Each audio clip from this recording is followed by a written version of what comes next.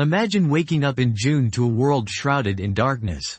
There's frost on the ground, crops are dying, and the sun, if it shows up at all, is a weak, pale disk behind a veil of ash. Throughout Europe and North America, people think the end times have come. But what really happened during the infamous year without a summer? And how did this single, chaotic year quietly set the stage for revolutions, migrations, and even masterpieces of literature that shaped the modern world? Let's dive into the forgotten disaster that changed the course of history, and why almost nobody talks about it today. When we think of world-changing disasters, we usually imagine wars, plagues, or earthquakes. But in 1816, it was the weather itself that declared war on humanity. The year earned its bleak nickname, the year without a summer, and for good reason. Snow fell in June in New England. Frost killed crops in July in France. Famine and fear swept across continents, all triggered by a cataclysmic event on the other side of the planet, a volcanic eruption so massive that its effects circled the globe. But before we get to that explosion, let's set the stage. The early 1800s were already a time of upheaval. Napoleon's wars had just ended, leaving Europe battered, bankrupt, and politically unstable. In North America, the War of 1812 had barely finished. People were yearning for peace, prosperity, and, honestly, just some normal weather. Instead, they got chaos. So, what happened? In April 1815, Mount Tambora, a volcano in Indonesia, erupted with a force that dwarfed anything in recorded history, an explosion 10 times stronger than Krakatoa, ejecting so much ash and sulfur into the atmosphere that global temperatures plummeted. But here's the twist. Most people had no idea what was happening. News traveled slowly, and the connection between distant volcanoes and local weather was a mystery. Farmers, poets, and politicians alike found themselves at the mercy of a climate gone mad, grasping for explanations. Let's zoom in on everyday life in 1816. In Vermont, the morning of June 6 brought a thick frost that killed corn, beans, and even potatoes. By July, desperate farmers were replanting seeds, only to see more frosts wipe out their second attempts. In Quebec, the St. Lawrence River froze, yes, froze, in late June. In Switzerland, lakes remained icy, and snow blanketed the Alps even in midsummer. Wheat prices soared, and riots broke out in England and France as people fought for bread. But the year without a summer wasn't just about ruined harvests. It triggered a cascade of social and cultural upheaval. Faced with starvation, entire families packed up and left New England for the American Midwest, sparking the first great wave of westward migration. In Ireland, already battered by poverty, the failed potato crop led to famine and disease that killed tens of thousands. Across Europe, food shortages fueled unrest and revolution, as desperate populations demanded change. And then, in the middle of all this misery, something remarkable happened. History took a creative turn. In the summer of 1816, a group of young writers gathered at Lake Geneva in Switzerland, trapped indoors by the relentless cold and storms. Among them were Lord Byron, Percy Bysshe Shelley, and Mary Wollstonecraft Godwin, soon to be Mary Shelley. To pass the time, they challenged each other to write ghost stories. Out of this gloomy, volcanic darkness emerged one of the most famous novels ever written, Frankenstein. It's no exaggeration to say that without the year without a summer, the world might never have met Victor Frankenstein or his monstrous creation. But let's pull back. Why was 1816 so uniquely devastating? After all, volcanic eruptions happen all the time, right? True, but the sheer scale of Tambora was almost unimaginable. The eruption sent an estimated 100 cubic kilometers of material into the sky. That's enough to bury the entire city of New York under a mile of ash. The sulfur aerosols reflected sunlight, cooling the earth by up to 3 degrees Celsius in some regions.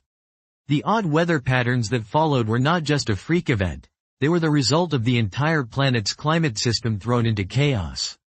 And the misery didn't stop with failed crops. With food scarce, horse feed became prohibitively expensive. In a strange twist of fate, this led a German inventor named Karl Dries to create a new kind of personal transportation.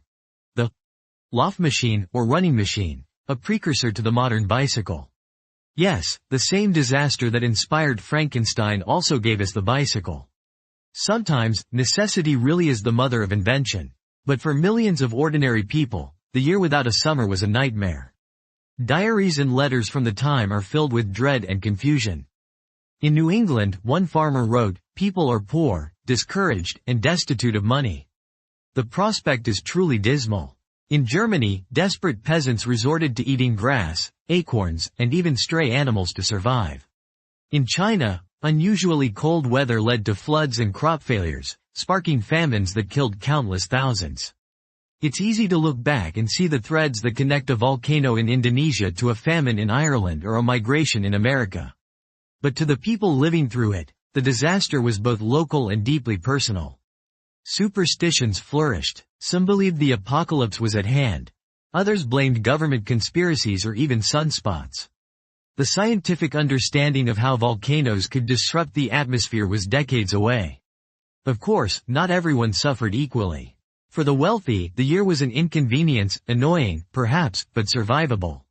For the poor, it was an existential crisis. Food riots broke out in cities like Brighton and Norwich, where angry mobs smashed bakeries and demanded relief. In France, the government struggled to keep order as grain prices tripled. In Switzerland, the authorities opened emergency soup kitchens, but these could do little against the scale of the crisis. One of the strangest consequences of the year without a summer was its impact on religion and belief. Across the Western world, churches filled with anxious worshippers begging for divine intervention. In some American towns, family Bibles recorded the year as 1800 and froze to death. Preachers thundered about the wrath of God. Others preached hope and charity. In the chaos, new religious movements found fertile ground, one of the many ways disasters can reshape the cultural landscape.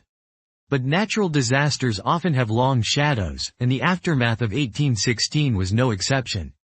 The famine and migration triggered by the failed harvests reshaped whole societies. New England lost nearly 15,000 residents to the Midwest, changing the demographic map of America. In Europe, the hunger and hardship fueled political unrest that would eventually erupt in the revolutions of 1830 and 1848.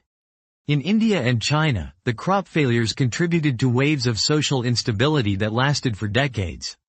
Yet, despite its profound impact, the year without a summer has largely faded from popular memory. Why? Maybe because it doesn't fit the simple narratives we like to tell. There was no clear villain, no dramatic battle, just a chain of consequences set in motion by a volcano half a world away.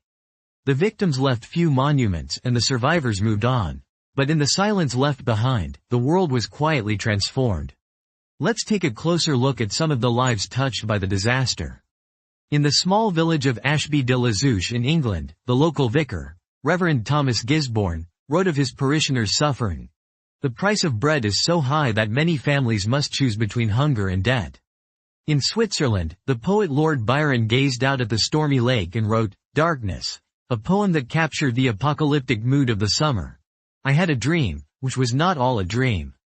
The bright sun was extinguished. Meanwhile, in Massachusetts, a young man named Joseph Smith, later the founder of the Mormon faith, watched his family lose their farm to the unyielding frost. Forced to move west, the Smiths' journey foreshadowed the larger migrations that would shape America's destiny. It's no exaggeration to say that the spiritual and physical journeys launched by the year without a summer left a mark on generations to come. But the reach of the disaster extended even further.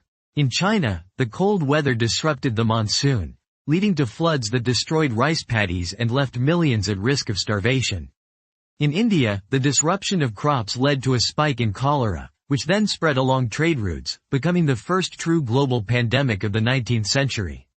The ripple effects of Tambora's eruption were felt far beyond the shivering towns of Europe and America. And yet, as the years passed, the memory of 1816 faded. By the time scientists began to connect the dots between distant volcanoes and global climate, the world had moved on. But the lessons of the year without a summer remain as relevant as ever.